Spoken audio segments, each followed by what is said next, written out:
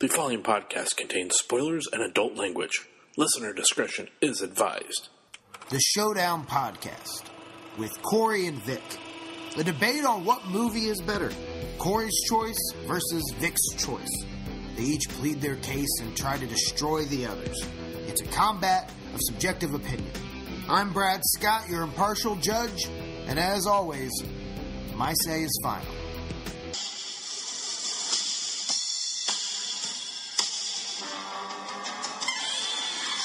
Welcome to the Showdown Podcast. I am your host, Brad Scott. Today, as always, we are joined by Calorie Eat More Chicken Mooler and his opponent, an empty chair. Unfortunately, we have some sad news here at the Showdown Podcast. Our beloved fighter Vic Miller recently passed away. And so this episode is in his memory, and we're sad to see him go on, but we wish the best to his family, his kids. It's a tough time for them. We're going to set up a GoFundMe account. And we're also going to put in the information about the GoFundMe account that he wouldn't cater a gay wedding so that we can really get some money for the family. So please check that out. Oh, what's it? He's not really. He did not die, apparently. Vic is alive. That's good. No, that's good. Yeah, that's a good thing. I think so. So Vic, hey, glad you're still there, buddy. You see what you're missing. We got the notes were a little confusing, a little misleading, but all right. So Vic is just under the weather. He's going to be out for a couple episodes, so you're stuck with just Corey and myself. And the original idea for this podcast was for Corey and I to list our 100 favorite movies. If you remember the very first episode, it was number 100 versus number 100. That was, Saving Silverman and Due Date. Yeah. And so then we decided that we didn't know if we were going to make it to 100 episodes. So, we changed everything up, and the show's become what it is today. So since Vic is out, we're going to give you our top 100 movies. This episode being number 100 down to 50. And then the next episode will be the grand finale, number 49 to number 1. And we'll talk about some of our selections, maybe debate a little bit, and it'll be a fun episode. And should be interesting. And you'll notice, even though I just said that the first episode of this podcast was our number 100 versus 100, say Saving Silverman versus Due Date, at least for me, my number 100's already changed. So that'll be interesting. So here we go. We hope you enjoy this episode. So, what is your number 100? My new number 100 is The Ringer. Johnny Knoxville. Wow. Plays the... dude, that movie's so funny. I think it's underrated. I think it's a really, really funny movie. You scratched it. I didn't think... it's been on Comedy Central a few times within the last year, and I think I've watched it a couple different times. And I've seen it before, too. And I didn't think it was that bad. I don't think it's top 100 worthy, but to each their own, obviously. I always think it's funny, though, in the first scene, I don't know if you remember, and Johnny Knoxville's at his desk, and he has to go in his boss's office, and then was told he has got to fire that dude, the janitor. Yeah, the guy with the missing the fingers. Yeah, well, Stabby. Yeah, Stabby. Well, he's wearing like a red tie when he gets up from his desk, and when he goes into the office, it's a totally different tie.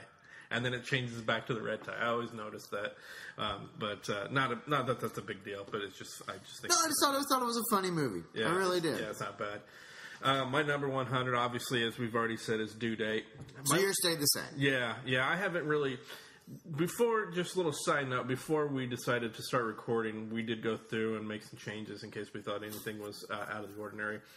That was one that stayed the same. I did change some of the other ones around a little bit, but for the most part, nope. Due Date stayed the same. All right, why don't you go ahead and go through what you take us down to 90? Okay, for you. Empire Records at 99. I don't know if you've seen that one. I always confuse that movie with Airheads. I don't know why. That's a big difference. I know, but they like both radio stations, or no, one's a record store. Yeah, one's a record store. They came out around the same time. I think they did, actually. So, I always confuse those two movies. Yeah, Empire Records came out. Airheads had Adam Sandler, right? Yes. And Brendan Fraser. Brendan Fraser and Stu Buscemi. Yeah. And Empire Records came out in 95. Airheads was better. If you say so. You don't agree? No. Okay. I don't have Airheads in my top 100, so no. Okay. But the reason I like this one is I actually used to work at Sam Goody and was working there at about the time this came out. So I could relate a lot to what's going on. So even though obviously I don't work there anymore, it still stuck with me, and I still love the movie just the same. My 98 is Let the Right One In. Horror film from Sweden, I believe. It was actually remade a few years ago with Chloe Moretz Grace. I think that's how you say her name. It was retitled "Let Me In." It's a horror film where about a kid vampire, and there's some killings going on, and cover-ups and whatnot. What's it called again? Let the Right One In. Sounds like you let the wrong one into your top 100. You'd think differently if you saw that, but yeah, I get the joke. Number 97 for me is Singles. Again, sounds familiar. It's got Matt Dillon and what's her name? Chick from Jackie Brown, Bridget Fonda. Thank you. And it's set in Seattle, the mid '90s, during the grunge era. When this came out, I was into that music. Where Corey has not yet gotten out of. Like, he's not. He right now looks like he would have like earbuds in with Nirvana playing. If you saw Corey right now. Actually, if you check my MP3 player, yes, that is. Yeah, exactly. I know I've got my flannel shirts upstairs. I can't hate on the flannel, though. The flannel is such an underrated shirt. It's pretty much the only thing I wear on stage anymore. I noticed that the other night. Because it's so versatile. If it's chilly, like if I want to be really casual and stuff, I wear like a wrestling shirt or something underneath, and I can leave it unbuttoned. You can leave it unbuttoned. But then if it gets and especially if it's warmer, then that's it lets some air breathe through the fabric. And then if it gets a little chilly, or the air conditioning's cold in the club, I can button it up, and now I'm warm enough to be okay. And if you get a little hot, you can unbutton the sleeves, roll the sleeves up. If it's, let's say you show up and maybe it's a little more formal than I thought it was going to be, I can just tuck it in, and it looks okay. And obviously, if it's a very casual affair, flannel, is perfect for casual events as well. Like it's literally the perfect shirt. It is. I've been having this discussion with lots of comics, and at least just for our job, it's the absolute perfect shirt. Yeah, I never thought about how versatile. How versatile it is. Yeah. Mm-hmm. Go ahead. Okay. Number 96. This is a movie, one of my older films on my list. It's from 1955. It's called The Night of the Hunter, and it's about a priest played by Robert Mitchum who comes to town and touches some kids. Close. Ah. He's actually looking for money, and I believe, if I can remember correctly, I'm trying to think because it's been a little while since I've seen it. There was a guy in jail, and from that guy, the guy said that he had some money, and Robert Mitchum's character finds out about that, and he's trying to find out where it is. Goes back, finds the family of that guy, and pretty much scares the shit out of them until they end up running. He's chasing. He believes that they have the money, which the kids do. The kids were actually, oops, spoiler. They actually have the money, and he's trying to get it from him. And yeah, it just creeps him the fuck out basically through the entire film. It's all in black and white, so you probably won't like it. I was going to say, I don't think you really have to worry about spoiler there. Yeah. I don't think. Yeah. Well, that was more for the listeners. But that's what I'm saying. I don't think they're rushing off to see. So continue. Okay. So anyway, that was number 96. I'll go to 95, and then you can pick up from your 99. Is Ju-on.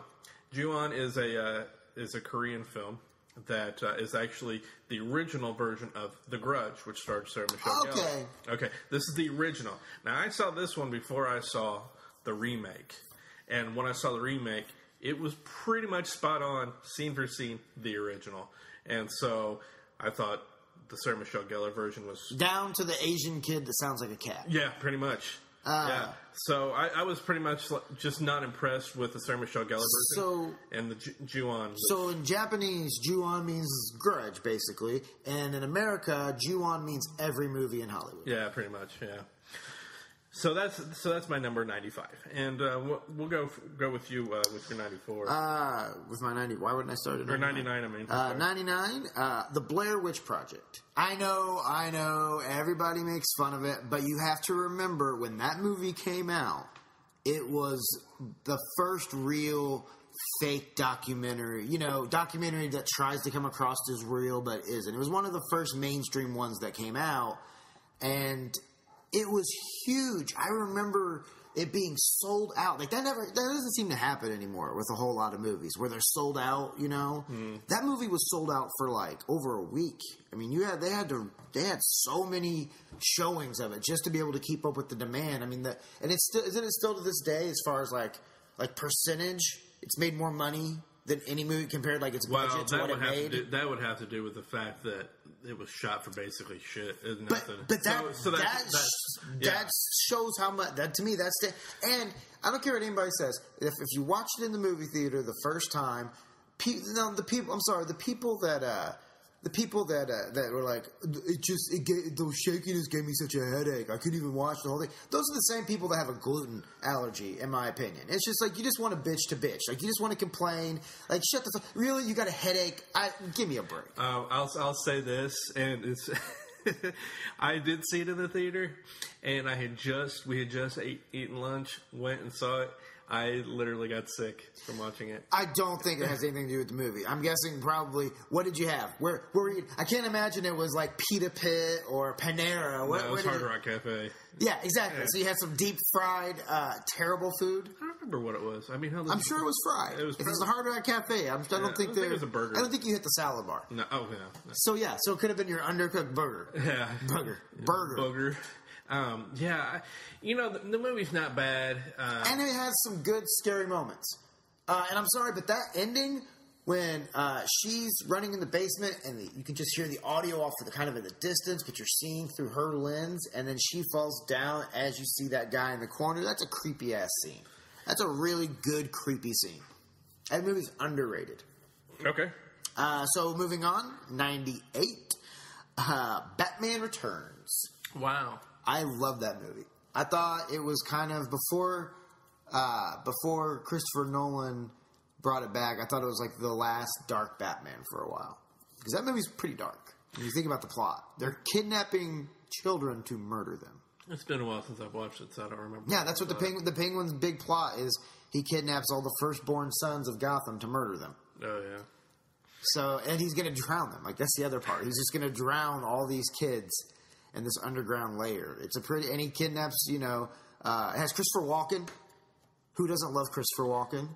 Danny DeVito, Michelle Pfeiffer, Michael Keaton. Such a good cast. I've been wanting to go back recently and watch the original, all three. Oh, wait, what do you mean all three? The Batman was the Batman and Batman Returns, and I forgot the middle Batman one. Forever? Is it Batman Forever? Well, there's Batman Forever's the third one. Okay. And then with Jim Carrey and Tommy Lee Jones. Okay, yeah. And then Joel Schumacher tried to kill the franchise in the fourth one. Yeah, I don't want to see Batman and Robin. No, I don't want to see that one. Just the first three. I'd like to go back to although the third one's where it started to turn the corner. Yeah. Because that's where it was Val Kilmer. Yeah. Yeah. Val Kilmer, Jim Carrey, Tommy Lee Jones. Arnold Lee Schwarzenegger was Batman. No, he's Batman and Robin. Because that's the word. So many cheesiest cliche lines from Mr. Freeze. And it was awful. But yeah, Batman Returns I thought was a really good movie. And then my number 97, right? Yeah. Yep. Is The Den, which is a movie I actually just saw recently. It's on Netflix. Now, this is a legitimate spoiler alert because I'm going to tell you the premise of the movie. And then, we do have the spoiler thing, spoiler tag at the beginning. Well, but I'm also going to give you another spoiler when I get ready to give away the juicy part. So I'll leave the room. Okay, so that's basically, I'll see how vague I can make it. Yeah, make it as vague. Even though I did tell you about this the last time we recorded, and you still haven't watched it, so I'm not confident you're going to just As soon as I leave, you're going to just throw on Netflix. But anyways, so it's about this girl, and she gets this funding to work on this experiment. It's like a social media experiment where she's going to record every interaction she has on this. It's like a chat roulette website where you just pop up and you see, you do video chats with people, and like so the whole movie is actually through a computer screen of some sorts, or it's through some type of technology, like a phone or a computer screen.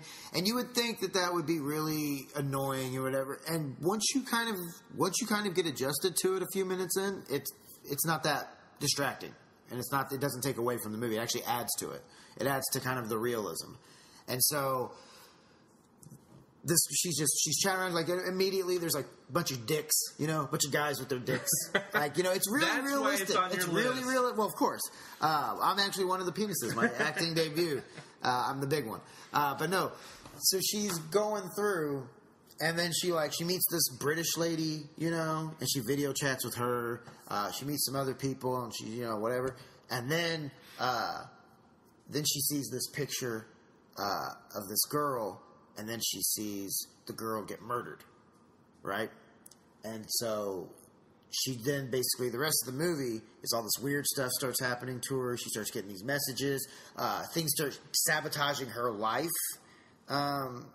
Like there's a video, like her computer basically turns itself on and records her boyfriend going down on her, and then sends it out to all of her work, co-workers, the people that they gave her the research on and everything else. Her computer is possessed.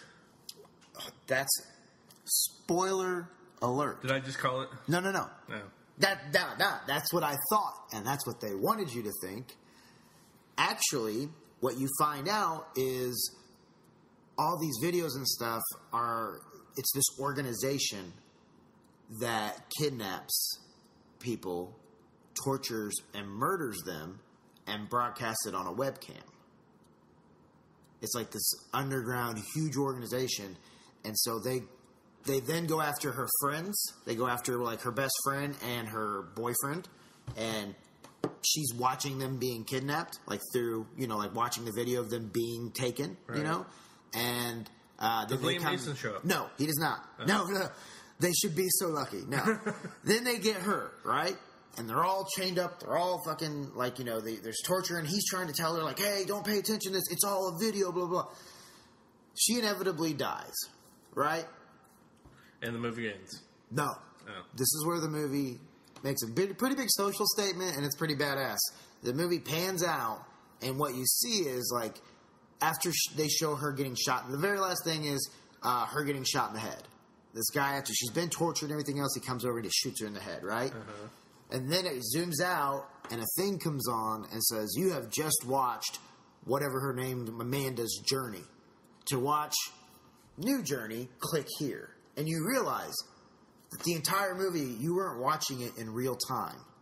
You were watching all the recorded stuff this company had made of them initially sending out the stuff to get her, and then actually finding her, fucking with her family. They were recording the whole thing too, once they found her.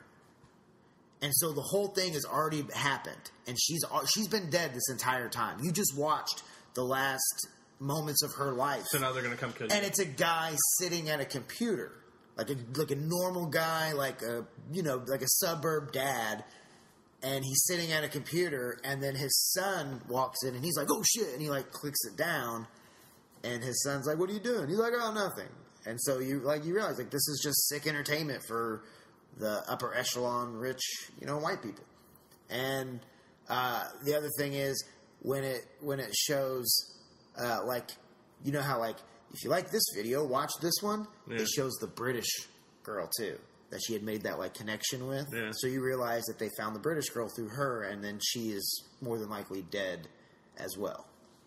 How was that for a mind fuck? And that was just me telling you about the movie. So no, I don't have to watch it. It's really good. I'm telling you, it's really good. It's one of those movies that you kind of feel unsettled after, and we'll actually get to more on that later. But so my next movie, number 95, right? 96. Was that 96? That was 96. Okay. Yeah, because I got The Ringer, Blair Witch, Batman Returns, The Den, and now Dogma. From your boy, Kevin Smith. But Dogma, I love. It's brilliant because it slashes apart religion, which I'm an atheist, so I kind of like. Even though I don't really have an issue with religion, I like how it kind of just dissected it, and it was still like, it was like, what, late 90s? It was when it came out? 1999.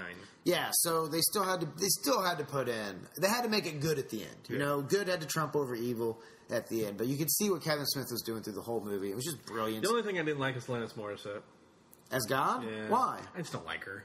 Oh, I love her. I think she's awesome. Did you see her on Curb Your Enthusiasm? No. She was great on it. No, it's her music. I just can't stand. Oh, really? Isn't that ironic? Yeah, it is ironic. Don't you think? Yeah. And here, talking about irony, when that album came out, I was actually working at Sam Goody. Oh, so that's why you don't like it. So I heard it all the time. No, well, not only that, it's like she can't really sing very well. It's like, it's like, come on, really? Who likes this shit? But anyway. So wait, what about what's the one where she talks about going down on Dave Coulier? Yeah. Yeah. You didn't like that one either? No, I don't like any of those songs.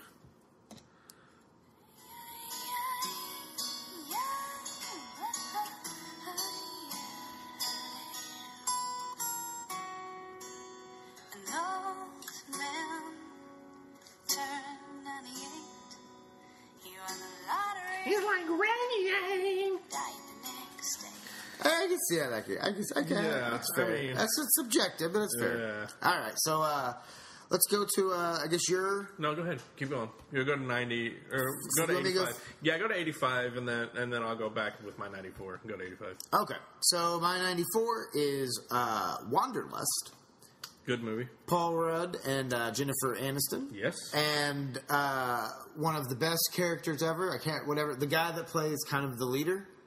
Dude with that's Jennifer's real life husband. Yeah, and dude, Justin Theroux.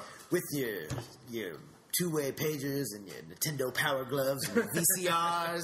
that dude's the best. That's like one of the best characters in any movie ever. He's so funny.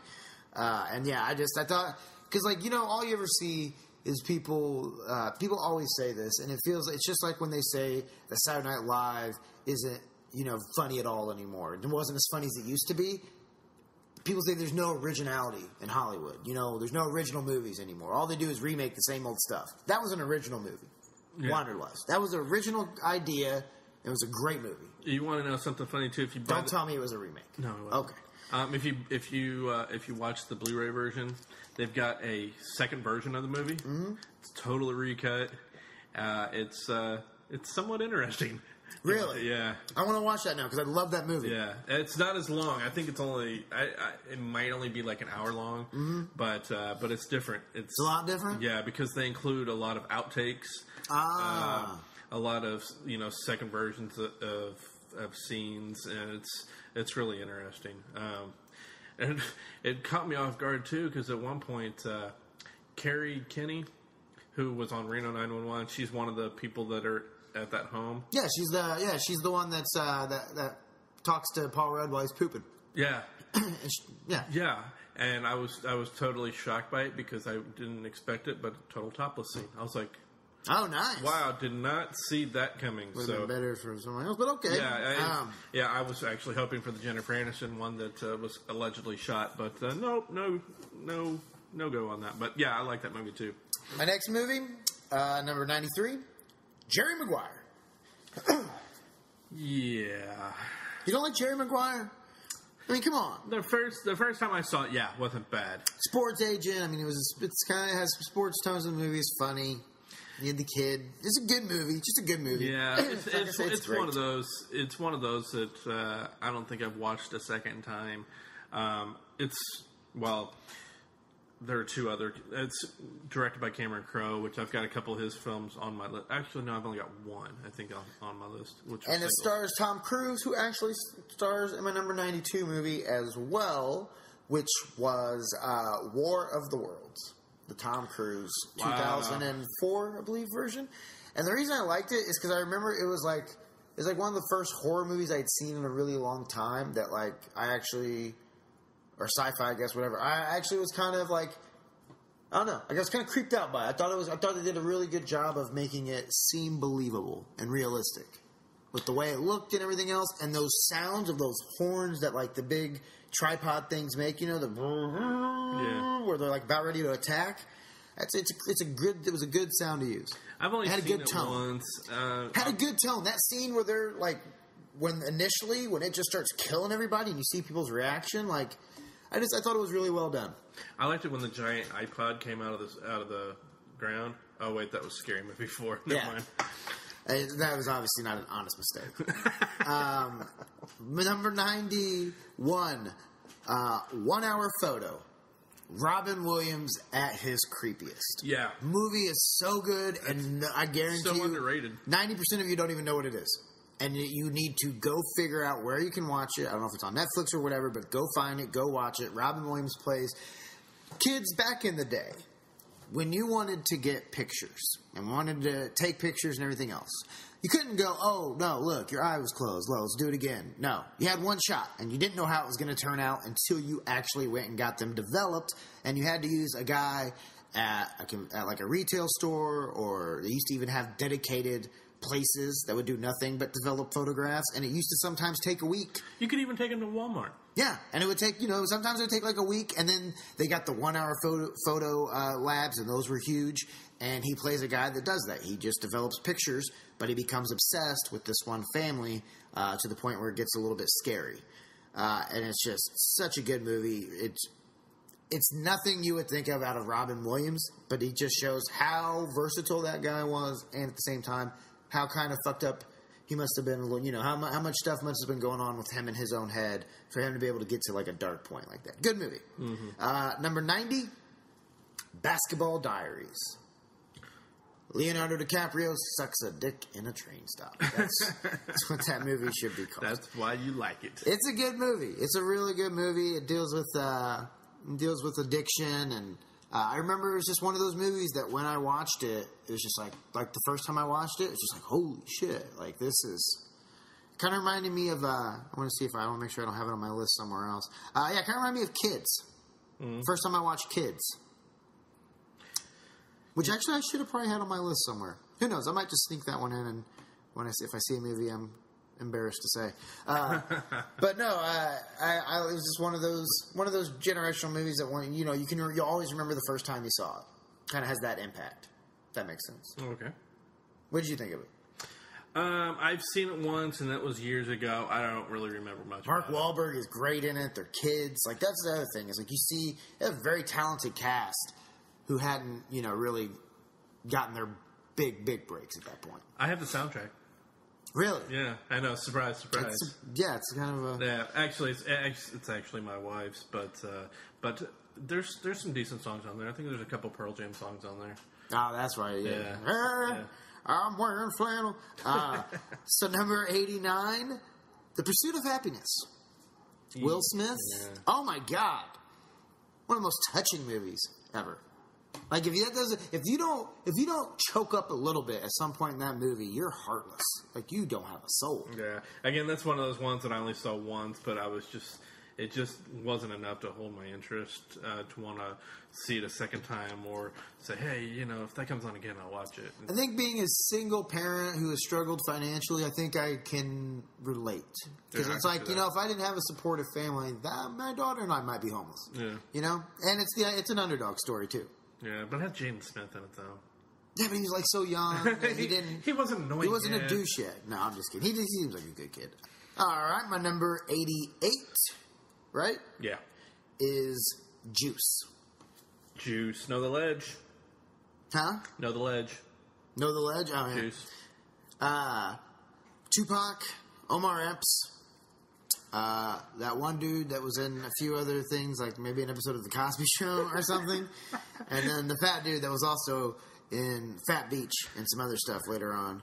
And Samuel L. Jackson, of course. Was he in that too? He's the arcade guy or whatever, the barbershop owner.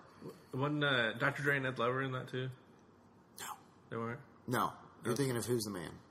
Yeah, no. I mean, like little side characters. Oh. Like I don't remember them. But Queen Latifah. Story of 4 friends who go to commit a robbery, end up committing a murder. Oops. And then basically deal with paranoia, and everything else as Tupac descends into madness and starts murdering them all. And one of the best lines and scenes is the part where right after, the robbery, where Tupac's got the gun and he shoots their one friend, who's slipping out or whatever. Mm-hmm. And he's like, "Come on, Bishop, man, you're being crazy." And Tupac just gets in his face, puts the gun right up in there, and he's like, "Don't ever call me crazy." Such a good line. Tupac was amazing in that. That's when you figured out, oh shit, Tupac can act. Yeah. Like, he can really act. He'll be coming up a little bit more on my list, I believe. I can't imagine. And then number 87, The Departed. Oh, the remake. Mm-hmm. Yeah. Yeah. Everybody loves it. Yeah, I know. It's one of those movies. Universally agree. There's nothing really need to be said about it. Number 86, Friends with Benefits. Is that the one with Justin Timberlake? Yep, Mila Kunis, who is the hottest celebrity by far. Like, out of anyone in the world. If my girlfriend and I came up with a list, she would be my number one of like celebrities I'd be allowed to sleep with. And it's a good movie. It's a funny movie. Kind of makes fun of romantic comedies and cliches, and at the same time uses them too. Good movie. And I like Justin Timberlake. I feel like he's a very underrated comedic actor. What about The Love Guru? Love Guru? Yeah, he was in that. I have not seen that in a while. Yeah, it's not worth your time. Isn't Daniel Tosh have a cameo in that? Yes. A little spot in that? Yeah. So my number 85. It's Love Guru. No, actually, much like Jesus, 3 movies later, he has risen again. Tupac, gang related. I haven't seen that one. Is that the one with Tim Roth? No, no. Although that reminds me, that's there's going to be another movie that's going to be added up to the list at some point. It's Tupac and Jim Belushi. Oh, that's right. And they play crooked cops who basically their shtick is they pretend to be cocaine dealers, and when people come to buy cocaine off of them, they murder them, keep the money, take back the cocaine, and they accidentally kill an undercover cop. And so then the rest of the movie is them trying to cover up, and they accidentally kill him. Well, they kill him, but they don't know that he's an undercover cop. And so they're trying to basically just cover their tracks for the rest of the movie, and it's so good. And Tupac playing the straight-laced good guy kind of cop who has some moral, who's the guy who's kind of like, hey, he's the first one to be like, okay, it's getting out of control, which is a little surprising, but shows his range. All right, let's hear your 94. Okay, 94. It's a movie starring Val Kilmer, and who was the other one that was in there? Batman Forever. Yeah, it's got Val Kilmer in it, and I'm trying to remember now because it's been a while. Bear with me here. Robert Downey Jr. Duh. It's called Kiss Kiss Bang Bang. It's a kind of like a cop noir film, kind of. It's always stuck in my head, and as being one of those that I really liked and really underrated. Nobody really talks about it. I haven't even seen it. Yeah, and a lot of people haven't even heard of it. I don't think so. There's that one. Another one that follows along with same that's kind of underrated and overlooked. Lucky Number 11. That's my number 93 pick. That one has Josh Hartnett, Lucy Liu, Bruce Willis, Morgan Freeman. Does Morgan Freeman play God? No, he does not. Does he do the narration? Yes, and I was trying to think of a Shawshank line, but I was going to say, like, at least they didn't waste him. Yeah, no, he doesn't really narrate, but it's really good. It's a crime drama, and it's really a lot of twists and turns throughout the whole thing. Number 92, Death Race. with Jason Statham. Oh, I thought you were gonna say. I thought you were gonna say. You thought I was like maybe I convinced you. No way. This one's been on my list for a while, just because of the crazy action that's in it. We've already talked about it on a previous episode. My thoughts on that, so I won't go into it. But yeah, that's my number 92.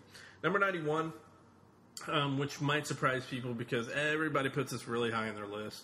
And I think at one point you did that I saw Goodfellas. Oh, so Goodfellas is your number 91? Yeah, 91. That is surprising. I would assume other people would have it higher on their list. What's your 90? 90 is 7 with Brad Pitt and another Morgan good Freeman movie. Yeah, and the legendary What's in the Box? Yeah. What's in the box? Which I like to say that whenever I can. But yeah, Kevin Spacey was so good at that. Yeah, he was really good in that one. Just when he holds up his hands, his prints are all just cut off. I've been meaning to go back and rewatch this again because it's been so long since I've watched it. It was one of those movies that like everybody talked about it. Yeah, you know, they still do. I mean, there's still the everybody quotes. Well, people quote it, but I mean, it was like, holy shit, have you seen Seven? Yeah. Like, it's so fucked up. It's just one of those movies. Yeah. It was like the next Silence of the Lambs. Yeah, it was on the dark path like that one. Yeah. My number 89 is another older film. This one from 1966, starring Clint Eastwood. The Good, the Bad, and the Ugly. Yes. Yes, it's the first Western to hit this list. There's another one, but that's later on. And this one is really good. I'm not even a Western fan. I not particularly care for either. Him. But this one and one that we'll talk about later, those stick in my mind as just absolute great Western films and ones I can actually stand to watch a second or third time or whenever it's on TV. Number 88. This is one that is probably going to get some laughs as to being on my list.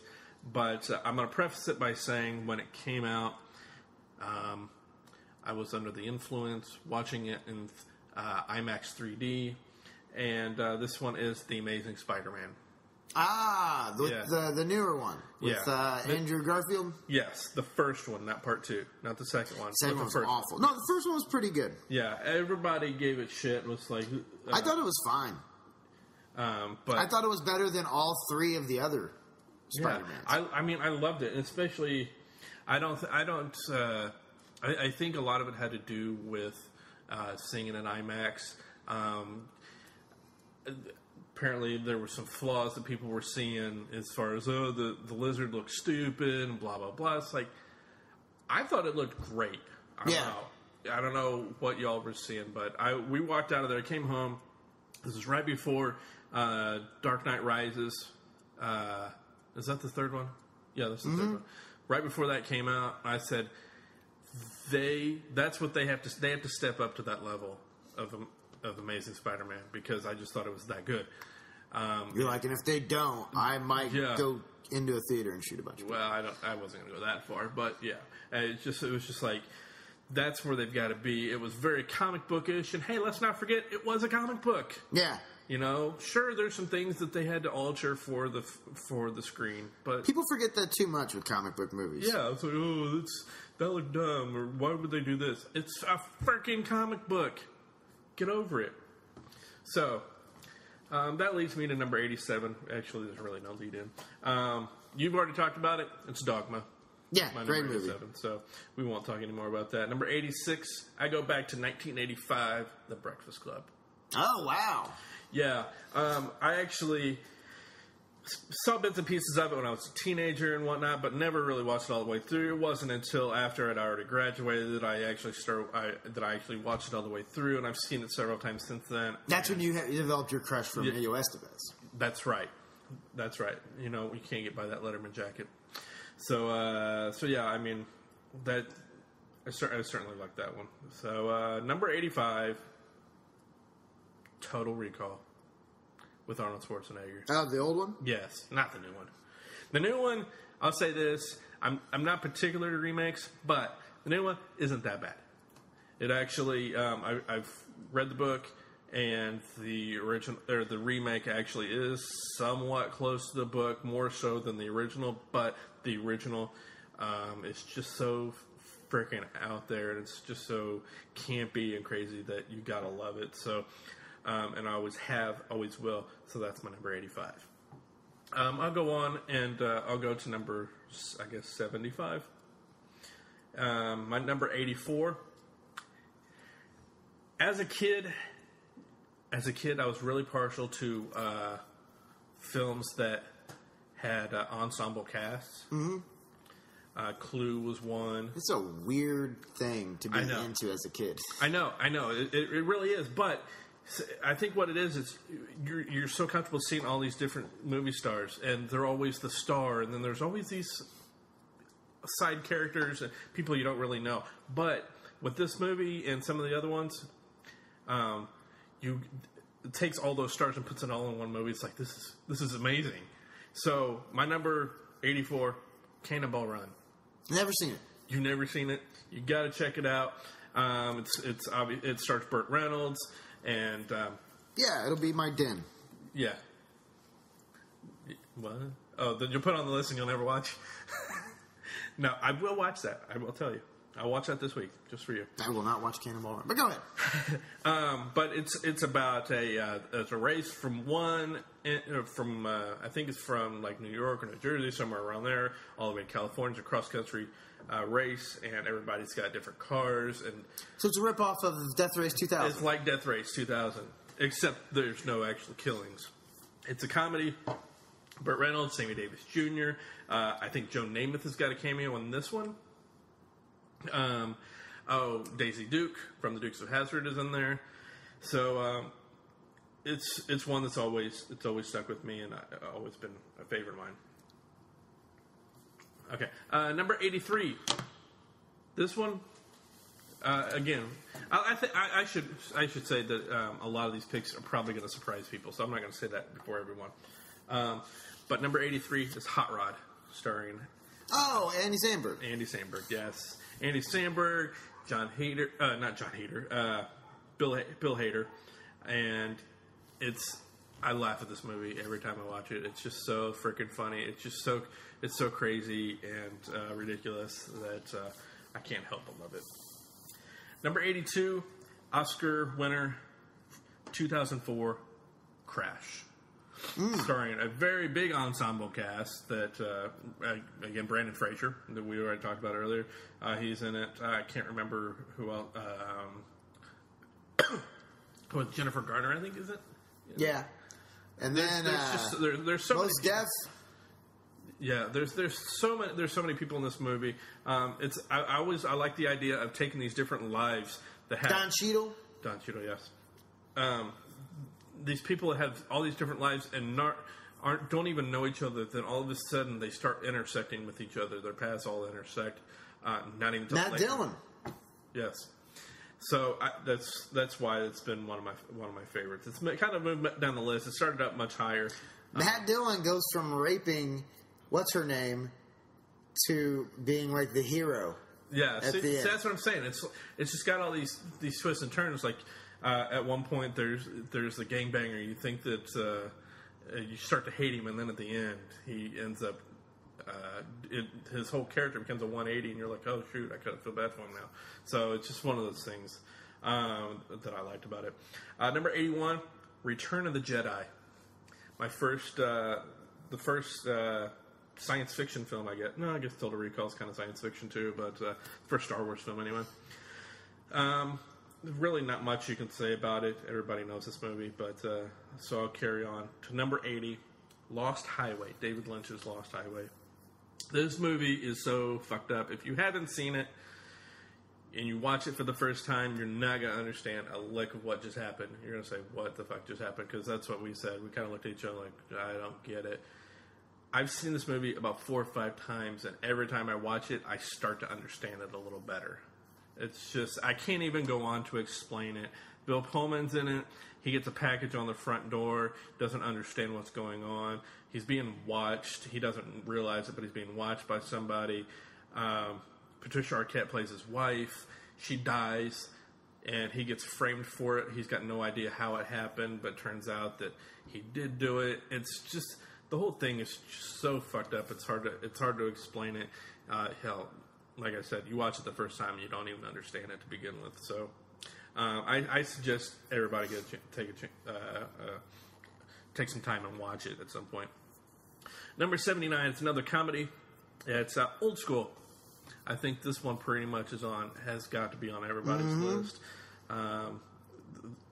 It's funny from top to bottom, especially after, even no matter how many times you see it. Will Ferrell, Luke Wilson, Vince Vaughn. Strong leads. Yeah. I mean, you can't beat that. Number 78, Fear and Loathing in Las Vegas. And this is the one with Johnny Depp. This is not the one with Bill Murray. Have you seen Fear and Loathing? Oh, yeah. Okay. This is backcountry. Yeah. This thing is just so crazy, and it's just so humorous. It's such a dark comedy from Terry Gilliam, who directed it, and I just love it. I love the first half. The second half, it kind of, I personally think it kind of fizzles out a little bit. It doesn't have that same spark that the first half had, but I love it so much that first half that I've still got to include it in here.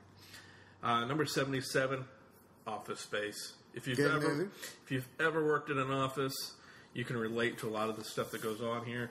I still use a lot of the jokes that are said in here. It's, don't worry, nobody's going to get fired. It's not Friday. Yeah. That's what,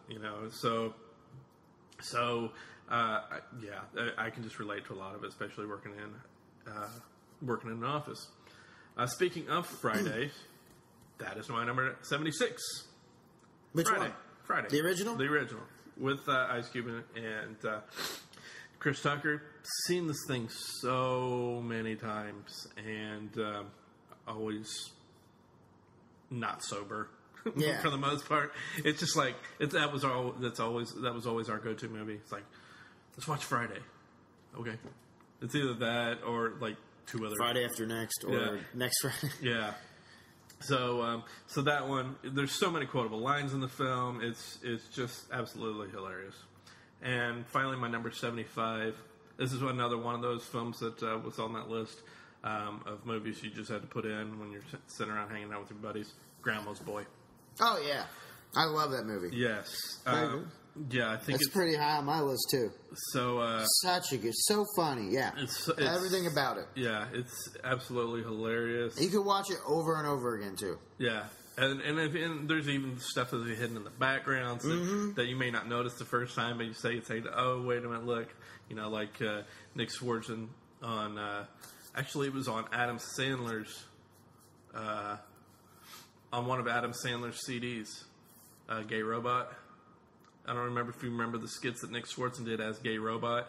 It was Adam Sandler be hanging out, and he's like, hey, my neighbor, Gay Robot's coming over. Oh, yeah, he's pretty cool. And then if Nick Swardson comes in, he's like, hey, that's a nice dick you have there. He'd say stuff like that. Well, if you look in the background of one of the scenes in the video game offices, you see a big poster for Gay Robot. It's just stuff like that you don't notice on the first time. But yeah, absolutely hilarious. Such a good movie.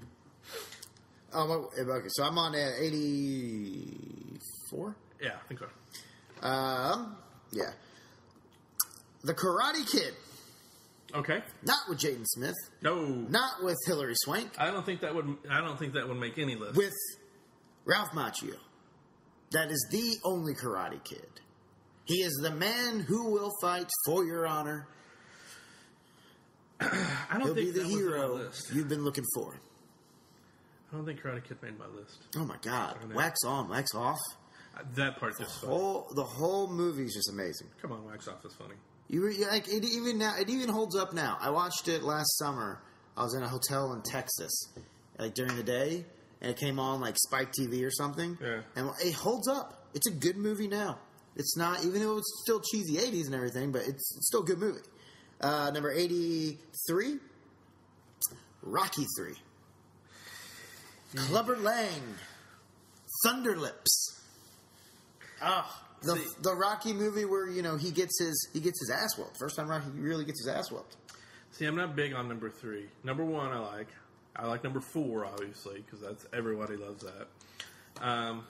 2 and 3, 3 Three was it was such a good transition film from when, because Rocky 2, Rocky was beloved.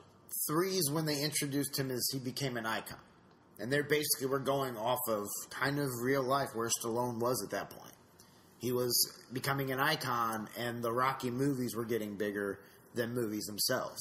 So it was a really good, and I really liked what they did, like the way that, like the way they killed off Mickey, I thought was well done.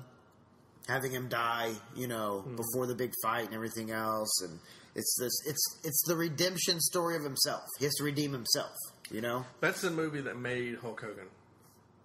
Yeah, it made it mainstream. Yeah. Yeah. I mean, it totally did. It helped. I mean, that and WrestleMania 1.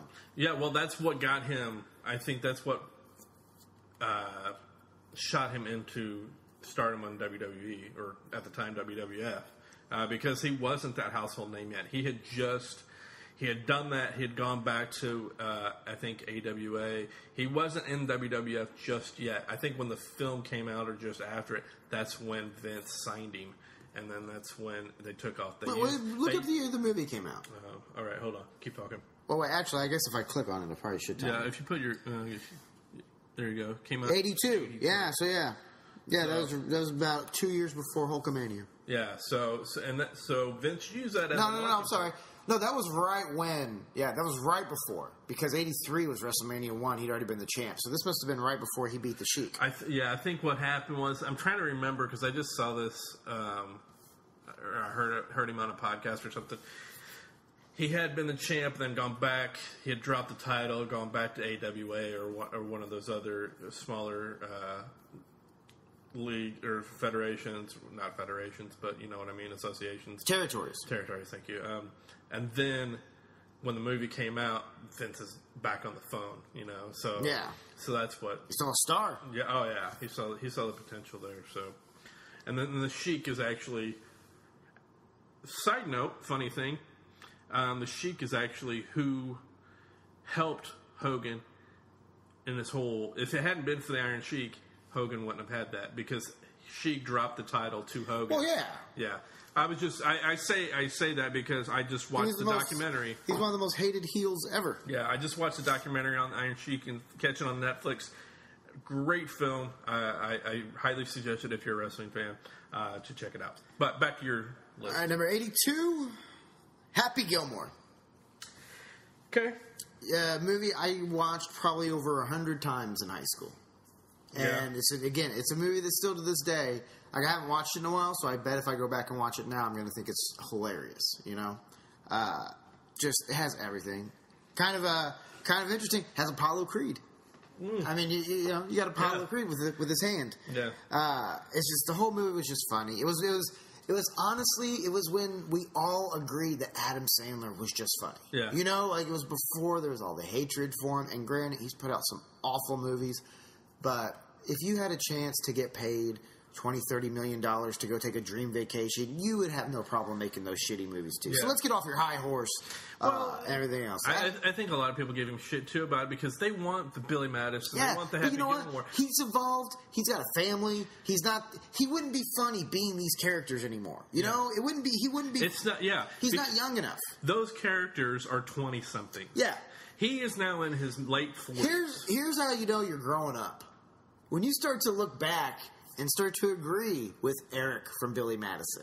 Well, why the fuck should he not? Why should he be pissed off that this kid who's done nothing but get high and drunk every day is taking over a company he thought he was in line for? How would you feel if you didn't get big promotion at work because of the boss's kid? Yeah. You wouldn't find him lovable and entertaining. Oh, yeah. No, when you're an adult, you realize, fuck that guy.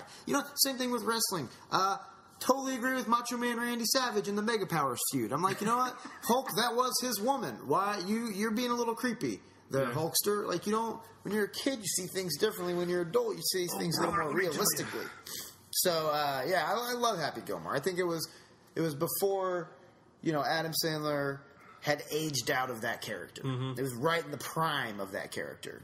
And, I mean, still, that scene with Bob Barker is still one of the most iconic comedy movie scenes of all time. Did you see the thing that they did the night of Comedy All Stars or whatever for Comedy Central. This was last month. They did. Oh, they recreated the fight scene? Yeah. I heard about it. I actually didn't get to see it. Yeah, it was pretty funny because then they both die at the end. And they're waiting for him as the alligator and Chubbs. Oh, nice. And he's got his hand back. 81, He Got Game. Yeah. Spike Lee joint. Yeah. Ray Allen, Denzel Washington.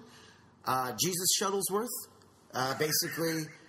Is that really his name? In the movie, Ray Allen, yeah. Oh, that was a character name. I thought it was somebody's real name. No. Jesus Shuttlesworth. He was basically LeBron before LeBron. He was the biggest star in the world, and it's basically a story of his recruitment to college. He is recruited heavily by his father, who goes to prison when he is a young child because he, while being rough with his mother, he accidentally kills her. He's being abusive, but he doesn't mean to kill her. He throws her to the ground. She hits her head on the corner of a counter, and it causes brain damage, and she dies. And so Jesus is raised by his aunt and uncle, and becomes... Jesus is raised? Yes. Yeah, he's raised. It only took 3 days. It was a really strange childhood. But he's raised by his aunt and uncle, and his father is told by the warden of the prison that he is in because he's such a huge fan of the state college. That's the best part. Big State. If he can convince him to go to Big State, then he'll get out of prison early. That's just lazy writing. It's like, come on, create a name for a college. If you're not going to use a real college, just at least make one. Well, but I mean, let's just name it State. Well, I mean, it may have had another name. They referred to it as Big State, I think. I don't know. I haven't seen it in a few years, so I don't want to harp too much on it. Then number 80 is... and I was trying to think of one of those movies we said earlier that I wanted to include in here. I already had one. I already saw I had one of them. The other one I can't remember that I wanted to include. It must not have been that good. Obviously, because now I'm going to have to just go with... 5-Year Engagement. Which I was... Yeah, it's a good movie. Jason Segel. Yeah, that's what I was thinking it was. Basically, it's a story of a guy's 5-year relationship. They get engaged. This couple, she ends up getting an opportunity to go work somewhere else in Michigan. So he is a chef, leaves behind what he's doing, goes to work in Michigan. He's miserable, and it's just a story of it's like a realistic relationship that people go through. There's some really, I think it's really underrated for some really funny scenes they have. The scene where he's wearing the bunny suit. And she comes downstairs because he's in the middle of like this huge depression, and she's like, "Wearing the bunny suit, huh?" He's like, "Yeah, I think it's a bunny suit type of day." And this is in context. You go watch it. It's got some really funny moments. The scene where he gets obsessed with becoming a beekeeper and he's talking about the honey he makes and everything else. It's just really, really funny. But moving on. Like I said, it's not the strongest one. I was going to replace it with one of those other ones, but that was already on the list. And then the other one I couldn't think of. I was screwed. I couldn't think of... Like, I kind of want to go back and look at your list to see where... Hold on. Yeah, I wanted to see, like, where maybe I had forgotten about one of them. Yeah, no, it's still not coming to me. Okay. So, moving on. My number... Because we're going to 75, right? So, 79, right? Yeah, 79. Role models. I liked that movie. Paul Rudd and Sean William Scott. And just another one of those amazing comedies that comes around every so often, like in Old School, where it's just universally everybody agrees it's funny. That's from this. I believe it's the same writers as Wanderlust. Yeah. It's the same a lot of the same characters. Jane Lynch, who she's obviously not Wanderlust, but she's in a lot of the Paul Rudd. She's in 40-Year-Old Virgin. Yeah, 40-Year-Old Virgin. And, you had Carrie Kenny and her character in there because what's the Wings? What is it? Helping Wings? No, it's Sheltered Wings. Sheltering Wings, I think. I don't think that's right. I'm gonna look. Sturdy Wings. Is it Sturdy Wings? No. Let's see. Role models. Sturdy Wings, yeah. Is it Sturdy? Sturdy Wings. It is. Okay. Yeah, Sturdy Wings. But the part where you see the video, and she's wearing the same. She comes from behind the TV, on the camera. That is so fun. It's so good. It's a little attention to detail, and it's just if you've ever been in similar types of situations, like you're like that's spot on. Yeah. Like that's spot on. Like Boiler Room, how Boiler Room captured what it was like to be in a sleazy sales environment. This movie to me captured the funny side of all that stuff. But number 78. Is that right? Yeah. Austin Powers. International Man of Mystery. Now, see, that one used to be on my list. I think it's a forgotten. I think people forget. Because it's one of those movies, it's not going to necessarily hold up. You know?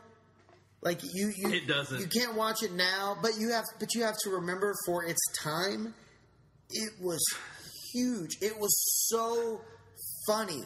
It was, and like I said, it was on my top 100. I watched it last year. We introduced it to my daughter for the first time, and watching it, I'm like, man, I'm just... Does she love it? Nah. How old is she?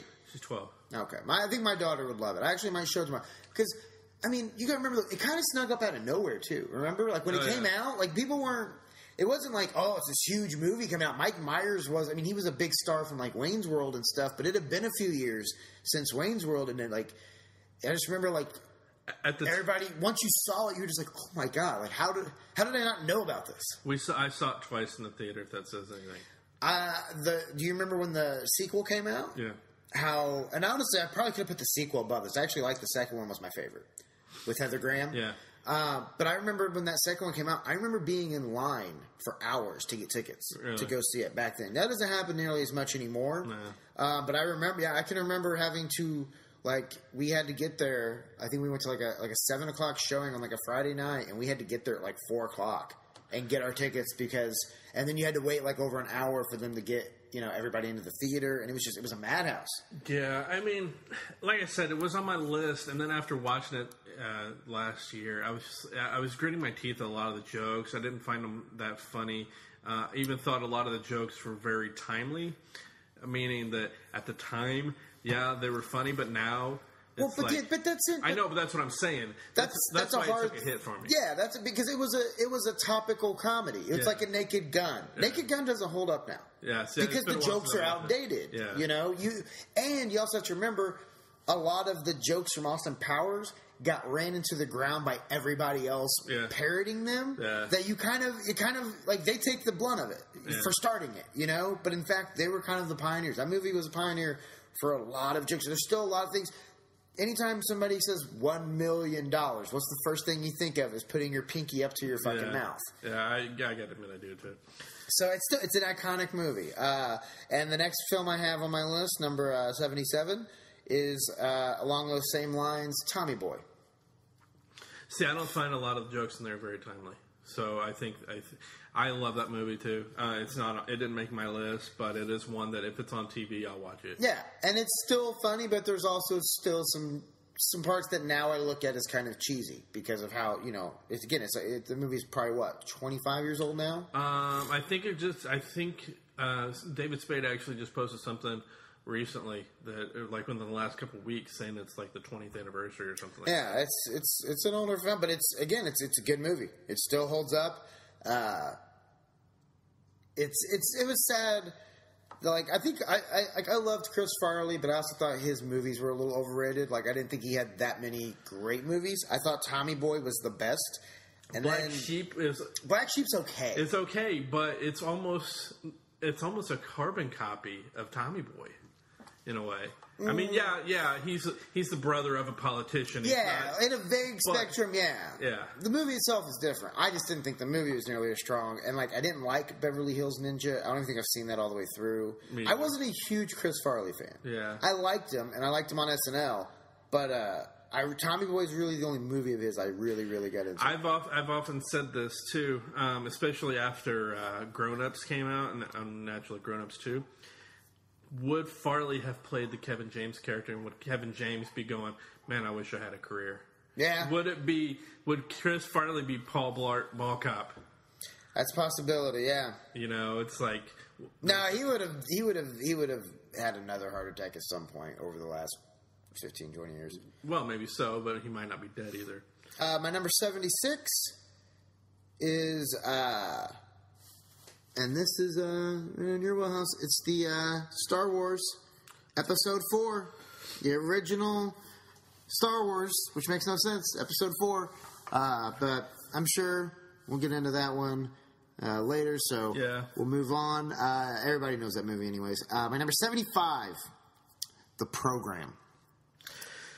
One of the best sports movies ever. One of the best, probably maybe the best football movie ever. It's an inside look at the dirty world of college athletics, including money. Was it college? I thought it was high school. No, it's college. Okay. And performance-enhancing drugs and everything else. And it was just... It also caused a bunch of kids to die. And had a scene that had to be edited out for, I think, ever. I don't think it's ever been put out a version with it in there where they haze... I would be surprised in this day and age that they haven't re-put it back in. Yeah. Just because when things like that happen, everybody gets all in a fluster and they start, going overboard with things that really don't need. If you don't know what we're talking about, by the way, there used to be a scene in the movie where they hazed the freshmen by making them lay down in the middle of the street, wasn't it? Yeah. And while cars go past them, and some dumbass kids did it and got ran over. So that was... And so they're, we got to take that out. Yeah, so they had to take it out of the movie, and it ended up probably getting the movie more attention than it would have had beforehand, so it probably did better for them, but it's a good football movie. I still haven't even seen it, so... But moving on, so I'm going to go to 65, right? Yeah. All right, so number 74 is Billy Madison, the original Adam Sandler goofy comedy. I just watched it last month. Yeah, and that movie holds up to me. Comedy Central likes to air it. So. Oh, yeah. And it keeps Adam Sandler to, like, it shows the younger generation, like, this is what he was. Yeah. This is why we all still love him, from that age. Because if you're 30 to 40, I'd say you have to kind of love Adam Sandler, regardless of Jack and Jill and everything else. You got to kind of love him. At least Billy Madison and Happy Gilmore. Yeah, you got to have the nostalgic feel to it. The penguin in that movie cracks me up, though. Oh yeah, absolutely. The fact that he thinks that the penguin is cheating with his girlfriend. I'm so sorry to interrupt. Proceed. That's one of the funniest. Yeah, it's one of the funniest. She looked around like, "What the fuck are you talking about?" Number 73. Yes. Ace Ventura. That's similar to Adam Sandler, another guy who used to be a comedy legend, or was going to be a comedy legend. Well, still technically, I'm using air quotes. Yeah, he's kind of fallen off. It's sad too because he's so talented. Number 72, basketball. I love anything Trey Parker and Matt Stone do. And this was their first shot at a movie, and it's second. Second? Orgasmo, I think. Oh, that's right. Yeah, you're right. First mainstream movie. Yeah. That was in, like, theaters and stuff. And two guys invent a sport, and it's just classic South Park humor. It's crude. It's very edgy, especially for the time. And it's just funny. It's just really, really funny. 71, Clueless. I was talking... to my good friend Dustin Ibarra. He's your good friend now? Okay. I worked with him. So but we were talking about this. We were talking about how this was such an underrated movie. How this movie is... It got this wrong perception that it was like a chick flick. It's just a comedy. It's just so fucking funny. You had Donald Faison. You had Paul Rudd, Alicia Silverstone, Stacey Dash. Now here's... Vampire Stacey Dash. Well, no, Here's the other thing I found interesting. We were talking about this. We talked about this in previous episodes. You had it's weird with this movie. You had Stacey Dash, who never really aged. You have Paul Rudd, who never really aged, and you have Brittany Murphy, who never really aged. I don't know where to laugh at that. Should I laugh at that? I don't know. Number 70. That's so bad. Number 70 is Superman. The original. Oh, yeah, of Christopher course. The good Superman. Yeah. Amazing. It was groundbreaking at the time. It was a comic book movie when people kind of thought comic book movies wouldn't work. And there's not much you can nitpick about it. And what they pulled off with the technology that they had at the time is amazing. Sure, the story is not wonderful. It's good. It's good enough. I mean, again, it's a comic book. Well, and Superman's a hard story to tell because it's hard to make him look vulnerable, and Christopher Reeves did that. Yeah. He added vulnerability to where you could actually buy into it, because otherwise, that's why I never thought Superman was as good of a character as Batman, because there were no flaws to Superman. Batman had flaws, he was real. The thing that always killed me, and still does, about Superman is when Clark Kent is wearing glasses, he's Clark Kent. Nobody can see that if you just add glasses to Superman, that it's freaking Clark Kent. Yeah. People are so dumb. But anyhow. Well, they're also comic book characters. Yeah, I know. Number 69. 69. I should have made Billy Madison that number. Should have been Bill and Ted. Did you say Bill and Ted? Yeah.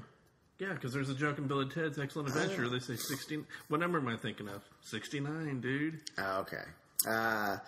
Well, my 69 is Bad Boys.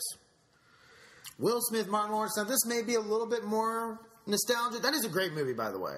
And especially when it came out at the time, you had... It was good enough to make you believe Martin Lawrence could be kind of a badass cop like that. He played that character very well. They did a good job of making it to where he was believable as a Miami cop. But it's Will Smith, it's Martin Lawrence, Tia Leone, and it's funny. It's got a ton of action, and it was that Will Smith. Michael Bader acted. Who cares? It was Will Smith at the height of his powers. Well, I tell you, it's funny that motherfucking Mike Lowry, it's King Ding-a-ling. It's funny that you picked that one because this week, or no, it wasn't this week. I think it was last week or the week before. There's a YouTube channel called Cinema Sins where they will take a movie and they'll call out the bullshit throughout the entire movie. Mm-hmm.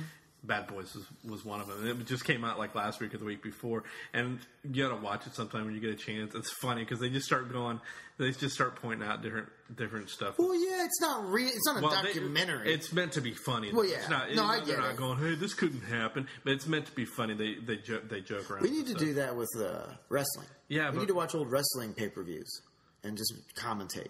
We gotta stop having production meetings while we're doing the podcast. So, 68. Moving right along. 68. National Lampoon's Van Wilder. This was my college movie. Came out my freshman year of college. And everybody, if you were in college in the year 2000, this was the movie that you watched. I did like it. 2002. It was my second year of college. I remember it came out early in 2002. I watched it at Vincennes. But everybody, if you were in college at this point in time, this was kind of your Bible. Yeah, I liked this movie, and I liked Ryan Reynolds.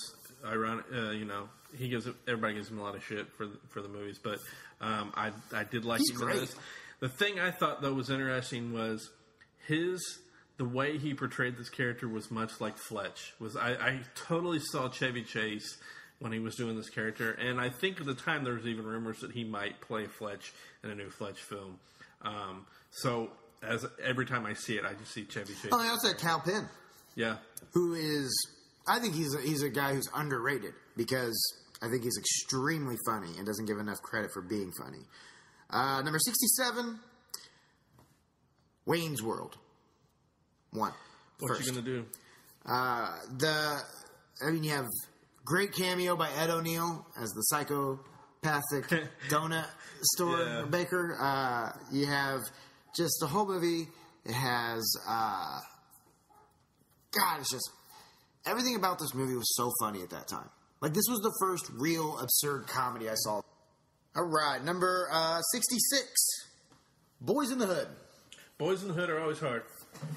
Ice Cube, Cuba Gooding Jr., Lawrence Fishburne, John Singleton's first foray into the urban street life.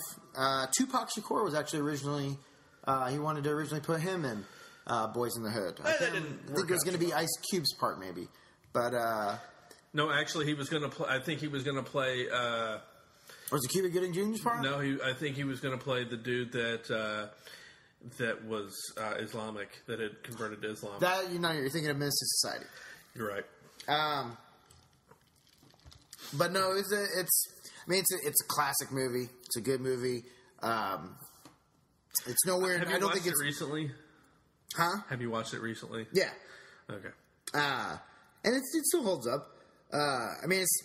It's nowhere good when you're going to compare it to like A Menace to Society or something. But it's still a good movie. But moving on, number 65.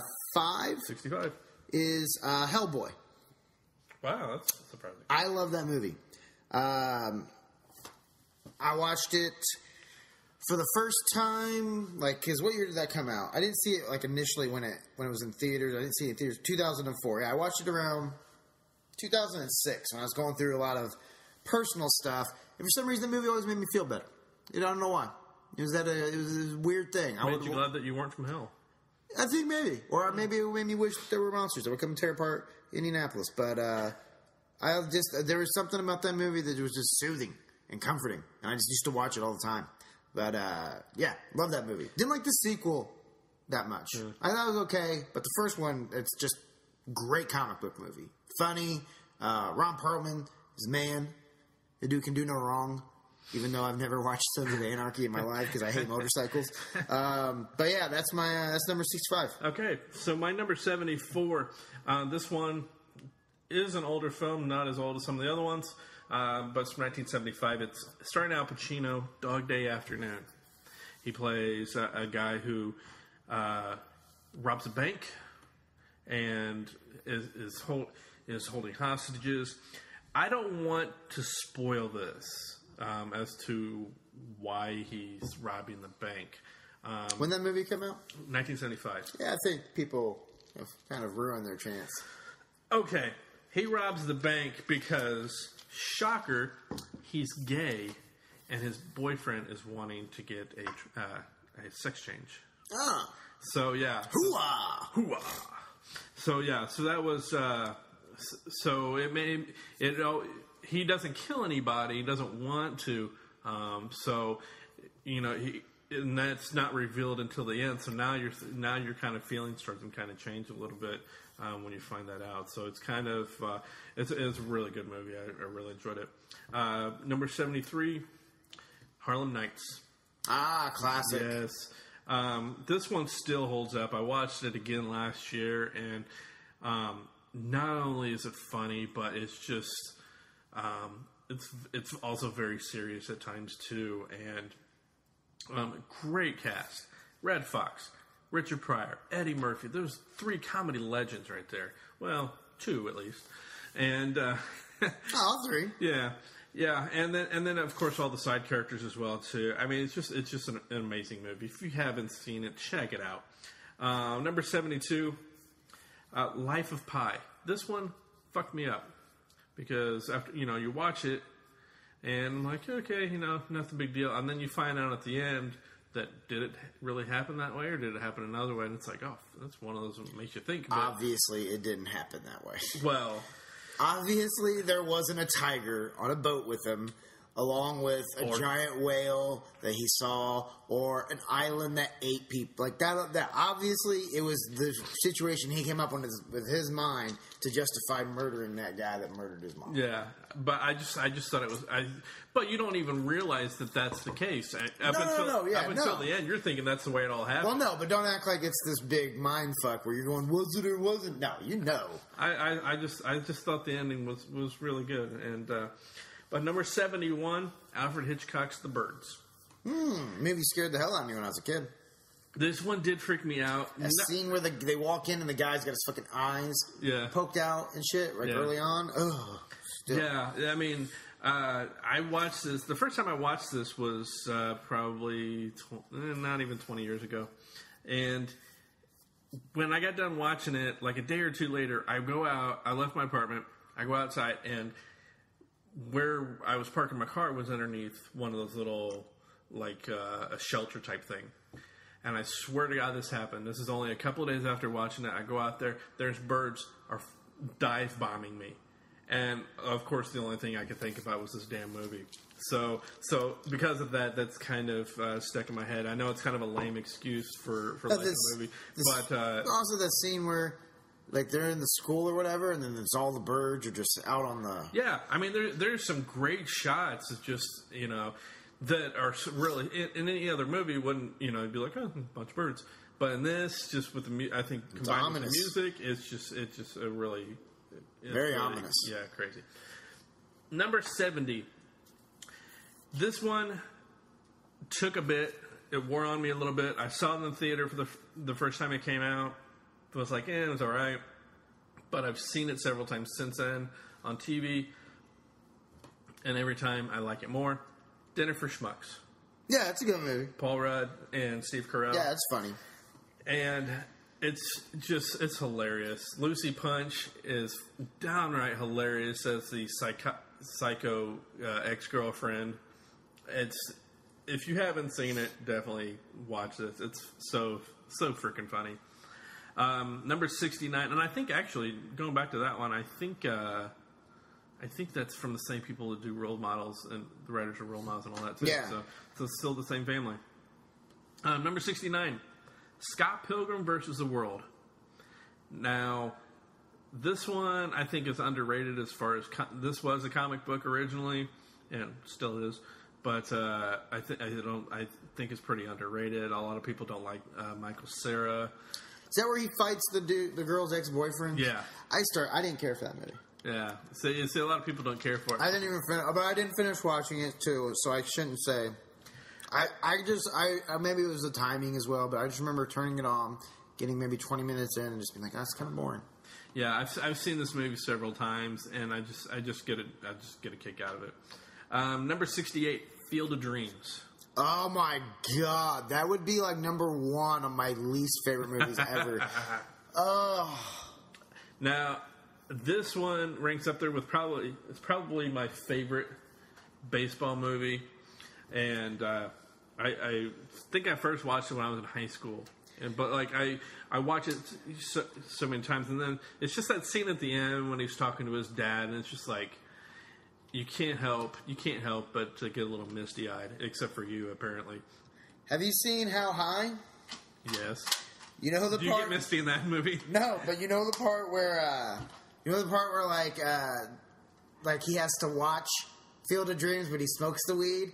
And so he sees Tracy Morgan as, just in a field, just be like, Annie, crazy ho. Like, I'd rather watch an entire movie of Tracy Morgan doing that as that Field of Dreams than the actual Field of Dreams. I don't like Kevin Costner. Yeah. And I saw it was so fucking boring. Okay. Number 67, Young Frankenstein. Oh, classic. Yes, I love this movie. It's black and white, so I'm surprised you like it. And it's Gene Wilder, Mel Brooks. I love Gene Wilder. Yeah, Gene Wilder's amazing. Mm-hmm. Number 66, Full Metal Jacket. Ah. Yeah. Again, like westerns, I'm not much of an army movie fan. I don't really like them that much because even though there's explosions and that tends to be my the thing that I like about movies, I just don't really like them. But Full Metal Jacket, I really do. Again, I think like Fear and Loathing, I think the first half I really like. The second half it's good, but there's just so many iconic things that happen in the first half of the movie that I just like it so much. That brings me to 65. What am I going to here? Am I going to 65? Well, why don't you just go to 50? 50? Okay. Do your last, because then it'd be your turn to do 10 more anyway, so might as well do the last 15. All right. Number 65, Final Destination. And I saw this when it came out in the theaters. I thought it was amazing. The writing, the the way that they explain things. It was That's so an underrated different. film too. It was so different. I mean, like Scream was when it came out. This one, there was just it did things in the horror genre that you hadn't seen before. Naturally, there were 4 movies that came after it, which pretty much copied it. So you really can't. Those were kind of like, well, they did it once before. Fun fact: years ago, I actually slept with an extra from, I believe it was the 4th movie, wherever the one for with the cars, the racetrack. It was a girl I went to high school with her apparently, but I never knew her in high school. Yeah, she was living somewhere, New Orleans or somewhere, wherever they filmed that, and you could see her visibly. Like if you watch the movie, you can see her a few times sitting behind the main characters in the NASCAR place. Well, let's go ahead and pause this. I've got it right over there. We'll go watch it. We'll find it. No, number 64 for me is Sucker Punch. Everybody that I hear hates this movie. They thought it was so stupid. I liked it. Sue me. It's again, it's just one of the things that kind of makes you think a little bit as to what was really going on. Obviously, there weren't giant monsters that they were having to shoot and slice up with machetes or ninja blades or whatever. But I thought it was fun. I thought it was a different looking movie, and I really liked it. Number 63, we're going back to the 80s. We're going, I think it was the 80s. Yep, 88. Beetlejuice. Don't say it 2 more times. Beetlejuice. No, seriously, I really like this. This is one of Tim Burton's, in my opinion, one of his probably best films, along with Pee-wee's Big Adventure. Beetlejuice is an iconic figure. I mean, if you haven't seen it, why haven't you? Go watch it. Number 62, we're hitting Mel Brooks again with Blazing Saddles. Again, it's another one of those iconic films that iconic comedy films. There's so many good jokes, so many racial jokes that, I know. Surprise, surprise! I think are hilarious. But it's just you can't. It's not totally his fault. Richard Pryor did write a lot of that stuff, so But yeah, just a hilarious movie. Number 61, Higher Learning. John Singleton. Yeah, this movie. Oh my God! If you haven't seen this movie, take a moment and see this movie. John Singleton directed. Ice Cube's in it. Michael Rappaport's in it. Omar Epps is in it, which we've already talked about him before in this episode. Christy Swanson, who we mentioned in one of the other movies that's on our list, she's in it as well. There's so much going on about race, sexual orientations. It's just, it's a really good movie, and it's when I saw it, we saw it in the theaters. And it was actually the where I saw it was in a black neighborhood, and so watching this is making me going. Have you seen Higher Learning? Years ago. Okay, so the racial tension. Oh yeah. In it, and so I'm watching it going, sinking down to my seat a little bit. Trying to think of as much Spanish as you can. That's not me. No. And I was with the guy that I worked with who happened to be black as well too. So that made it. Who happened to be? Yeah. Who was the only who you went and found and was like, hey, will you go watch Higher Learning with me at this neighborhood? Yeah, look, I'm cool. I'm with him. No, but yeah, I mean, it's a really good film. Really, and the soundtrack is awesome too. Which yes, I do have that one too. I think I do. Number 60, we go back to the 50s. Nope, 1960. Ocean's 11, the original. Oh, wow. Not the George Clooney, but the Frank Sinatra. Frank Sinatra, Sammy Davis Jr., Dean Martin, Angie Dickinson. This movie is awesome. I mean, for if you haven't seen it, it's very similar to the remake, except the stuff that they do in this film, I thought was very creative considering the time frame. Like I said, it was 1960, and they're dealing with blue lights and fingerprints and stuff. I'm like, wow, that's pretty pretty high tech for that time period, and it's a great film. It's a great movie. It's a great heist film. Number 59, a movie that you have already stated before on the show that you do not like, Red State. Oh, yeah, Yeah, I saw... I mean, I like parts of it, but I don't know. It wasn't as good as I was as I was hoping it was going to be. Yeah, I saw this when Kevin Smith was touring it around, so I saw it with a bunch of people that really wanted to see it, so that kind of made the environment that I was in a little bit better, I think, and it was crazy to see Kevin Smith go from comedy writing to pretty much action, and yeah, I thought it was a great film. Number 58, The Dark Knight. I mean, what can we say that hasn't already been said on a previous episode about this movie? It's a great film. Heath Ledger's great as the Joker. So, you know, not much else we can say on that. Number 57 is an anthology horror film that I love, and I'm glad it came out. I'm glad it didn't sit on the shelf like it did for years before it actually came out, and I'm glad they finally released it, Trick or Treat. Oh, yeah, I just saw that last Halloween. That's a really good movie. I love this. I've seen it several times, and it's an amazing film, and really underrated. I don't think as many people have seen it that should see it. Number 56 is a film that I think is where we are headed as a society. And that movie is Idiocracy. Yep, love that movie. Yes, I think Mike Judge nailed it when he wrote this. This thing is it is our society. I see it every day, but the jokes in it are just so damn hilarious. So yeah, every time it's on Comedy Central, I watch it. Number 55, again, it's another one of those that is on Comedy Central a lot. Coming to America. You cannot help but not watch this movie. There's so many funny jokes throughout the whole thing. Number 54, Boogie Nights. Yeah. Mark Wahlberg has a big penis. Yes, he does. This is another one. I just remembered I saw this one in theaters too. So, yeah, it's great. Yeah, he did. Yes, I did. Late at Night Alone. Yes, I did. No, but seriously, it's another one of those ensemble casts. Ironically, I mean, Burt Reynolds, William H. Macy. Marky Mark, John C. Reilly, when Philip Seymour Hoffman. How many people do they have? Hasn't he earned the respect for you to call him Mark Wahlberg now? I still call him Marky Mark. Still have to call him Marky Mark. Yeah.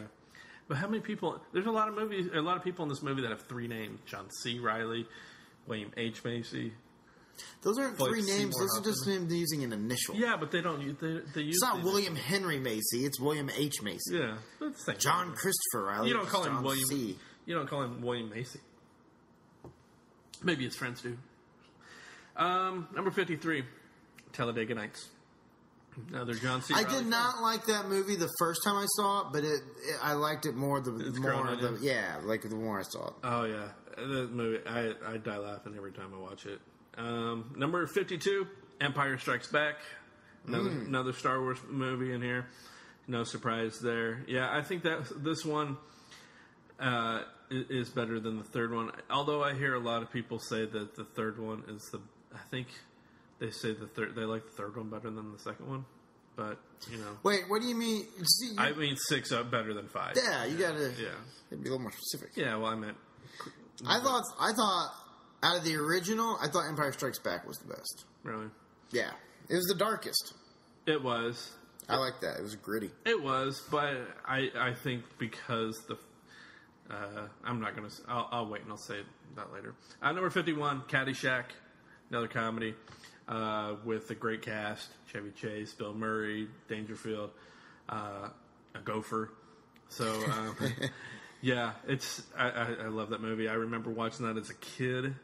So, it's always been in one of my favorites. And number 50, finally, The Shining. Ooh, that's good. With Jack Nicholson. I thought that remake that they did, that TV miniseries, I thought that was pretty good too. I never did see it. For being a TV miniseries, I thought it was pretty good. I never did see it. Stephen King, I guess, claims that one, he likes that better, and that's more to the book. It's pretty creepy, and it's really well done. He said that's better. He doesn't like Stanley Kubrick's version, but whatever. I like it. It's pretty. No, it's still great too. Yeah, it's pretty damn scary. Those twins. Yeah. And you know what else I thought was even like the scarier or creepier scene was the one where that guy in the bunny suit is blowing the other guy. You know what I'm saying? That's just a weird thing to see. Okay. In a hotel that's supposed to be empty. Yeah. But, because you wonder, like, okay, but they're ghosts, right? So do they just show up like that when she was opening the door? Or had the ghost been in there, like, is this something they do every day? Yeah, it's just like a never-ending loop for them where that guy just has to continuously blow the other guy and I just, God damn, somebody break this curse. My jaw's getting sore. I mean, I love this idea at first, but I mean, Jesus, I need a break. Just a spit take. All right, so I guess we're on my 64 to 50, right? Yep. Number 64, which I said I was going to add to the list, but luckily for me, it was already there. Gridlocked. Tupac and Tim Roth play heroin addicts. Basically shows how flawed our system is, that sometimes even the people that want help the most aren't able to get that help because of technicalities and dumb things that we use to prevent people from getting help they need. I actually did a monologue from this movie, Tupac's monologue, where he's sitting in the room filling out the paperwork of the hospital. I did that for my my freshman year at college for my theater class, like my final exam. That was my final exam. Did everybody know that's what you were doing? Well, yeah, you said you read. Oh, okay. You said the source material, then you did it. I didn't know if you got an it in there. Or I don't know how they graded it. I got the highest grade you could get, though. Number 63. I Love You, Man. Oh, thanks. But what's your number 63? Jason Segel, Paul Rudd. Very funny movie. Very underrated movie. Also, you get a rare appearance from Jason Segel's almost perfect Andre the Giant impression. I forgot about that. Which is hilarious. Number 6. Don't forget Lou Ferrigno cameo. Who has humongous arms. More supporting role. He's in through the whole thing. Little side note, I met him last month or the month before at a convention. Dude has the hugest freaking arms, even to this day. And the veins running through that. It's like he just got done doing push-ups before he met me. But I know he probably did. But, yeah. 62, Independence Day. Yeah. I still have not watched that movie all the way through. Oh, my God, dude. Yeah. Are you kidding me? Yeah, I'm going to tell you why. Because that movie, just like Twister, when those movies came out, they were all over the TV. Twister, Independence Day, Twister, Independence Day. I'm like, you know what? I'm so tired of these damn trailers. I don't even want to see the movie. And then I went to work at H.H. Gregg, and that, in case you don't know, that's an electronics store here in town, and in several other towns. Anyway, those two movies were movies that they used to help sell their big screens. They'd have the DVDs, so they were constantly playing on a loop. So how did you not see the whole movie? Because I worked in the back, so I would see like bits and pieces as I'm walking by. Oh, so but I never actually watched it all the way through. But that even helped because I'm like, I cannot freaking stand this movie. No, it's amazing. He's one of them. And first of all, I believe Randy Quaid recently, who's been going crazy. You haven't just go Google Randy Quaid and just gives you hours of entertainment to read. I believe he actually brought up the fact that he saved the world. Yeah, I'm pretty sure he thinks that was a documentary. Yeah. I'm back. And then he makes a sex tape. Yeah, gross. And then number 61, Rocky IV. Everybody's favorite Rocky. He fights the Russian. Blah blah blah. Apollo Creed dies. Good movie. I mean, any Rocky's really good. But number 60, The Conjuring. One of my favorite horror films of all time. It's just, I think nowadays it's harder for me to find a movie to be actually like creepy or scary, especially if it's paranormal, just because I don't believe in that stuff. So it's hard for me to sometimes get lost in those movies and actually, buy into it. But this movie was creepy. They had all the little tricks. Those hands, that clapping game. Mm-hmm. Oh my God. When you see that thing open and you see those hands come out as she's blindfolded just walking towards it. And then the scene where the little girl is looking up above the big, chest thing. Or not chest thing. what's it called? It's like a boudoir? Yeah, something like that. And that fucking lady's up there that then jumps on her. Yeah, that's insane. Number 59, Wreck-It Ralph. It's, I think, one of the best Pixar movies or animated, whatever. I don't think it's Pixar. Whatever. DreamWorks, whatever. I think it's DreamWorks. I love video games. I love old school video games. So putting them all in a movie as characters was awesome. And I loved it. I thought it was really good. I thought it was fun seeing all the little cameos in the background. And John C. Reilly makes another appearance to the show. Yes. Number 58, Elf. Will Ferrell making another appearance? My favorite holiday movie. It is absolutely, I think, one of the best. I mean, it's a Christmas movie I could watch in June and still appreciate. Better than Ernest Saves Christmas? Yes. Just barely. He doesn't try to keep the Christ in Christmas, so just barely. Number 57 is Casino. Robert De Niro, Al Pacino, or not Al Pacino, Joe Pesci, Michelle Pfeiffer. Just a good movie. I mean, it's pretty well known. Just a good movie. Number 56, 500 Days of Summer. I can tell you probably haven't seen it. No, I've seen it. I just wasn't that. Joseph Gordon-Levitt, who's so underrated as a performer. You got to remember, he's been doing it since Third Rock from the Sun. And he wasn't a child actor that just fizzled out. He actually got more respected and had better work as he's grown up. And he's legit, man. And this movie, if you've ever had an obsession with a girl, like where it doesn't even make sense, but it does to you, and then it's a very realistic view. I think how most people feel after somebody breaks up with them that they. When they're blindsided by it. Yeah, I just wasn't. I mean, I thought it was all right, but I don't know. It's another one of those girly films. Yeah, I just was like, Number 55, Office Space. Mm-hmm. We already talked about it. Also, where kind of the mainstream was introduced to "Damn It Feels Good to Be a Gangster." It's a great song. Yes. Number 54, Dazed and Confused. From the summer of 2001, I'll probably watch this movie every day 3 or 4 times. Number 53? I don't know. Yeah, 53. Okay. South Park. Bigger, longer, and uncut. Like I said, I love anything Trey Parker and Matt Stone do. This movie was great. I saw it in the theater when I was in high school, and I couldn't believe that they actually had this movie on in a theater, and it was so goddamn funny. I got a story about that. We took our probably 12-year-old nephew to see it, and we're like, oh, maybe we should have thought twice about that. Yeah. Oh, absolutely. Yeah. It's so funny, and it's just everything. And it's the only musical I've ever liked. I hate every other musical. I didn't even think about it being a musical. I don't like musicals, but it's the only one I like because the songs are so funny and absurd. Yeah. Number 52, Stir Crazy. Richard Pryor and Gene Wilder go to jail for wrongly accused. Have to go to jail, and Gene Wilder just ends up getting into this rodeo competition to try to get them out. And it's such a funny movie. Yeah. The scene where they initially walk in, Richard Pryor's trying to be the badass. Yeah, we bad. Yeah. 51. On a side note, those two, when they were together, comedy genius. Oh, absolutely. And they'll be reappearing in my list again because, they're one of the best comedy duos of all time. Number 51. Number 51.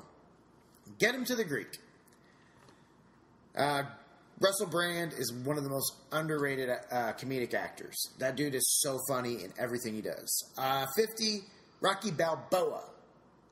The final installment of the Rocky series. Was this number 5 or number 6? 6. Was Rocky? Rocky 5 was There was Rocky 5. Okay, was the 5th one. Okay. I can see how it would be confusing. But Rocky 5 is the 5th movie. So that's the easy way to remember. You know what? 5 is another word for better. Like 5 and 5th are pretty much the same thing. So that's how I remember it. I don't think I ever saw that one. I may have seen parts of it, but it was so good. Like, because Rocky 5, I think Stallone kind of knew that he shouldn't have ended this legendary, amazing series on Rocky 5. Rocky 5 is kind of a bad movie. Rocky Balboa redeems it. And especially the way it ends. It's what's his name? Is it Antonio Tarver? Tommy Morrison. No, that's Rocky 5. Oh, is that right? This movie is, I think it's Antonio Tarver. Yeah. Oh, okay. Let me see. Yeah, Antonio Tarver plays Mason Dixon, who's the current world heavyweight champion. And then they use now it's First Take, used to be Cold Pizza with Woody Page and Skip Bayless talking about how they basically do it was very realistic to the times that we were in 2006 with social media and everything, and they're doing like the computer simulations of if Mason Dixon, who hasn't fought any real challengers, what if he would have fought the all-time great Rocky Balboa? Yeah. And then it gets into this talk, well, they need to do an exhibition match, and Rocky decides, Adrian's dead. Like that's you find out early in the movie Adrian's dead. They killed Adrian. Adrian, she didn't do it. She didn't make it. It's just, and then the way it ended with it being a split decision that awards to Mason Dixon is the same ending he had with Rocky 1, Apollo and Rocky. And Rocky was just happy to go the distance and prove that he could hang. It was just such a perfect way to cap off the series. Until now, they're going to open it back up with Apollo Creed's son, apparently, and it's just, I hope it doesn't ruin it. But that was a perfect way, I thought that was the perfect bookend to my favorite movie series, my favorite film series of all time. And then, oh, sorry, go ahead. Oh, that's it. That's my name. That's 50. And that's going to end the episode. Sorry for the length. That is, normally we've been trying to go for about an hour, and this one went a little bit longer. Again, we apologize, but we thank you for sticking around and listening to us ramble about you're a good podcast when you have to apologize for giving people more content. Yeah. Well, Brad, where can everybody find you? IndyBradScott.com, INDY, BradScott.com, Indy Brad Scott on Twitter and Instagram, Comedian Brad Scott on Facebook, and you can see me at Crackers Comedy Club May 7th through the 9th. In Broad Ripple. And then also check out IndyBradScott.com for other future shows and locations. And me, you can find on Letterboxd and Twitter and what's that other one? Oh, Instagram at NKOgonzo. You can also find the show, The Showdown Pod, at The Showdown Pod on Twitter as well as on Facebook. So hit us up, let us know what you think, and we will talk at you soon. Next episode, 49 through number 1. Later.